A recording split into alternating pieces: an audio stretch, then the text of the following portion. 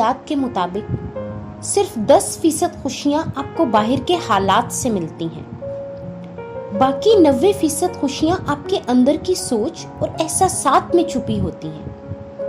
گویا خوش رہنے کے لیے دنیا کو بدلنے کی بجائے اپنے اندر کی دنیا کو بدلنا زیادہ ضروری ہوتا ہے۔ بنیادی طور پر ذہنی امراض کے علاج سے کہیں بہتر ہے کہ ان کی بروقت روک تھام کی جائے۔ Prevention is an important approach to improving mental health۔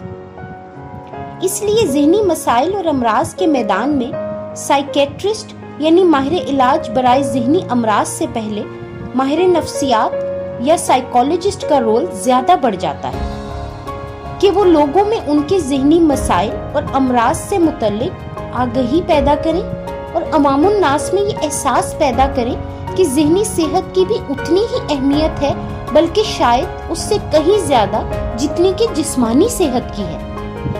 There is no health without your mental health۔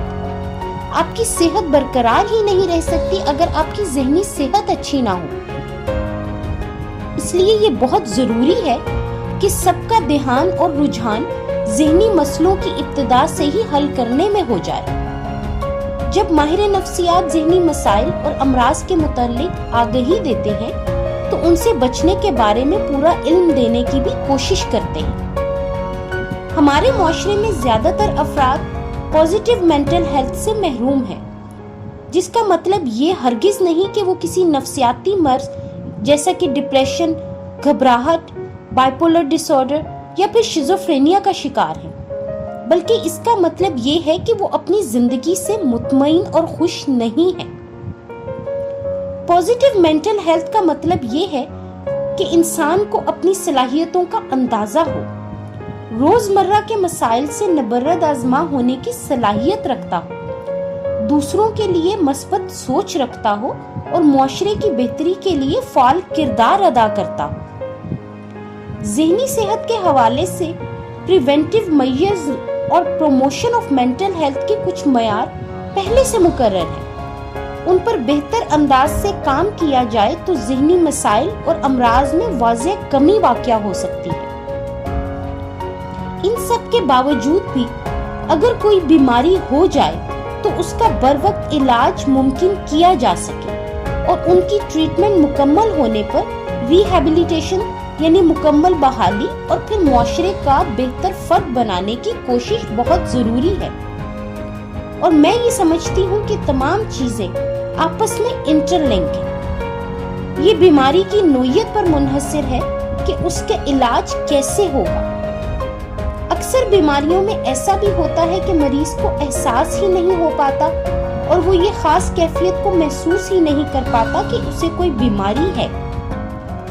جیسے آپ نے نام سنے ہوں گے سائیکوٹک النس، شیزوفرینیا یا obsessive compulsive disorder وغیرہ۔ اس کے علاوہ دیگر بیماریاں جو زیادہ اہم ہیں جیسے سٹریس، ڈپریشن اور انزائٹی وغیرہ۔ اس میں خود بھی احساس ہوتا ہے کہ میرے رویوں میں کچھ زیادہ تبدیلی پیدا ہو رہی ہے، جس کی وجہ سے مشکلات بڑھ رہی ہیں۔ اپنے قریبی لوگوں سے تعلق یا انٹریکشن متاثر ہو رہا ہے۔ میری جسمانی حالات میں نمایاں فرق محسوس ہو رہا ہے۔ مثال کے طور پر نیند میں خرابی کا پیدا ہونا، بھوک میں کمی، رویوں میں بدلاؤ، بے چینی، ایسی تمام چیزیں آپ کو بتاتی ہیں کہ میری طبیعت ٹھیک نہیں ہے اور مجھے کسی معالج سے مشورے کی ضرورت ہے۔ مرض یا اصطلاح جو استعمال کی جاتی ہے، بنیادی طور پر یہ وہ فرق ہے جو کیفیت پیدا ہونے کے بعد اور اس کیفیت سے پہلے کے احساسات کے درمیان ہوتا ہے۔ آپ اس کیفیت کے دوران لوگوں سے اپنا مقابلہ نہیں کر سکتے کہ فلاں شخص نے ایسا کیا، میں ایسا کرتا ہوں تو میں ٹھیک ہوں۔ آپ کی پہلی کیفیت جس کو آپ خود ٹھیک سے سمجھتے ہیں، اس کے مقابلے میں بعد کی کیفیت میں جو تبدیلی پیدا ہوئی ہے، آپ کو احساس پیدا ہوتا ہے کہ کچھ ٹھیک نہیں ہے اور اب مجھے کسی کے مشورے کی ضرورت ہے۔ اب سوال یہ پیدا ہوتا ہے کہ کس وقت آپ کو سائیکالوجسٹ کے پاس جانا چاہیے یا پھر براہ راست کسی سائیکیٹرسٹ سے رجوع کرنا چاہیے۔ سائیکالوجسٹ اپنا رول ذہنی امراض میں اس طرح پلے کرتے ہیں کہ باتوں سے آپ کے لاشعوری خوف کو زائل کرتے ہیں، جس کو ہم ٹاکنگ تھراپی کہتے ہیں۔ اس میں بنیادی چیز کاؤنسلنگ سے لے کر بہت خاص چیز یعنی کوگنیٹو بیہیویئرل تھراپی کا سہارا لیا جاتا ہے۔ اس کے علاوہ سائیکیٹرسٹ کو یہ ایج حاصل ہے کہ وہ نہ صرف تمام تھراپیز کا سہارا لے سکتے ہیں بلکہ ادویات کو بھی پرسکرائب کرتے ہیں۔ قانوناً سائیکالوجسٹ کو یہ اختیار حاصل نہیں کہ وہ کسی قسم کی دوائی تجویز کر سکے۔ اب ہم یہ دیکھتے ہیں کہ ہمیں کب اور کس وقت کس سے مشورے کی ضرورت ہے۔ ہم عام روٹین میں یہ دیکھتے ہیں کہ ہمارا موڈ اکثر اوقات ہی اوپر نیچے ہوتا رہتا ہے۔ کبھی تو موڈ بہت خوشگوار ہوتا ہے اور کبھی موڈ بہت اپسیٹ، مگر بہت جلد ٹھیک بھی ہو جاتا ہے۔ مگر اس کا دورانیہ اگر بڑھ جائے اور آپ کو لگے کہ موڈ آپ کے کنٹرول سے باہر ہے، جیسے آپ ہر وقت دکھی محسوس کرتے ہوں یا بہت غصے میں رہتے ہیں، تو اس کی ایک بڑی وجہ سائیکولوجیکل ایشو یعنی آپ کو کوئی ایموشنل پرابلم ہو سکتی ہے۔ یہ بھی ہوتا ہے کہ ہماری سوچیں بعض دفعہ بہت زیادہ بے ربط ہو جاتی ہیں یا حد سے زیادہ بڑھ جاتی ہیں۔ اکثر اوقات لوگ بہت زیادہ نیگیٹو سوچنا شروع کر دیتے ہیں۔ دونوں کیفیات جب حد سے بڑھ جائیں تو علامت یہی ہے کہ ہمارے ذہن کے ساتھ کچھ اچھا نہیں ہو رہا۔ یہ اوور تھنکنگ ہے جو کسی نہ کسی حد تک ڈپریشن، سیڈنس یا اینزائٹی تک پہنچ جاتی ہے اور کچھ عرصے کے بعد پینک اٹیکس ہونے لگتے ہیں۔ ایسے حالات میں بہت ضروری ہے کہ کسی ماہر نفسیات سے رجوع کیا جائے۔ اس میں کوئی شرم یا ہچکچاہٹ محسوس نہیں ہونی چاہیے۔ اس کا یہ ہرگز مطلب نہیں کہ آپ کوئی ذہنی مرض میں مبتلا ہیں۔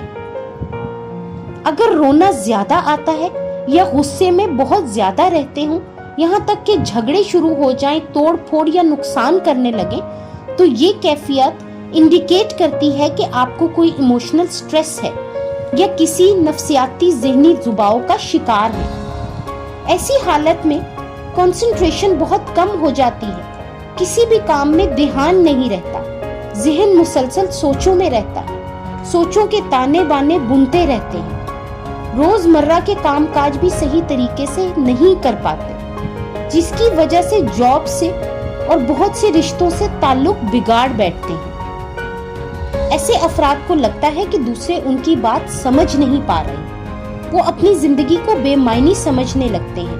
ان تمام علامات کی موجودگی میں آپ کا پہلا تعلق ماہر نفسیات سے ہونا چاہیے، جو آپ کی بہتر تشخیص کر پاتا ہے اور آپ کی بیماری کی نوعیت کے مطابق آپ کو بہتر مشورہ دیتا ہے۔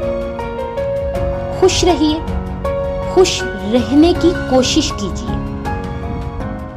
اپنے ذہنی مسائل یا اپنے ارد گرد کی زندگی کے مسائل کو اپنے اوپر حاوی مت ہونے دیں۔ زندگی بہت خوبصورت ہے، یہ خدا کا ایک انمول تحفہ ہے۔ بیکار کی الجھنوں اور پریشانیوں کو خود پر مسلط نہ کریں۔ اگر کبھی ایسا محسوس کریں کہ آپ اپنی زندگی کی رعنائیوں اور خوبصورتیوں کو کھو رہے ہیں، تو کسی سائیکالوجسٹ یا ماہر نفسیات سے مشورہ ضرور کریں۔ اس میں کوئی شرم، ہچکچاہٹ یا خوف نہیں۔ بہتر اور بروقت علاج آپ کے لیے بہتری اور آسانی کا ضامن ہے۔